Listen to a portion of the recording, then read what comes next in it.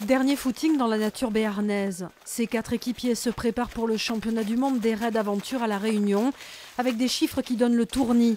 480 km, 17 000 mètres de dénivelé, des disciplines variées pour aller d'un point à un autre, une autonomie totale, bref, une épreuve hors du commun. On va se trouver confronté à un terrain qui est La Réunion avec du canyon, de la spéléo, de la marche, du bateau, du raft, du kayak de mer.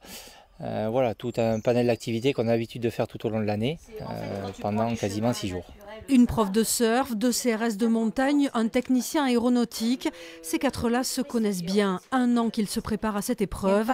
Rachel a vécu 10 ans à La Réunion. Elle en connaît les difficultés. Tu passes au milieu et après tu rentres dans le lagon. C'est comme tout raid, hein. On est sûr qu'on sait qu'on a beaucoup de dénivelé, on sait qu'on va avoir de la végétation différente.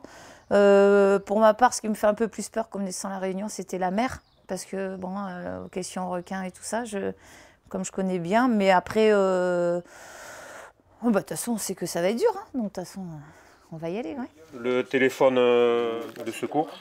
Pas de GPS, des cartes simplifiées, des poids à respecter. L'organisation doit être minutieuse. L'équipe sera en totale autonomie pendant au moins 6 jours. Il faut anticiper sur s'imaginer ce que sera à peu près le parcours, les conditions météo, la durée surtout. Donc c'est important de tous bien se connaître dans l'équipe pour savoir que pour faire 100 km à pied, il faudra un certain temps. Et donc là, prévoir à l'avance des petites poches d'alimentation pour tenir 48 heures sans voir personne. 64 équipes prendront le départ, dont 24 françaises. Pour les Béarnais, pas question de jouer la gagne. Une ambition, terminer la course dans les temps impartis.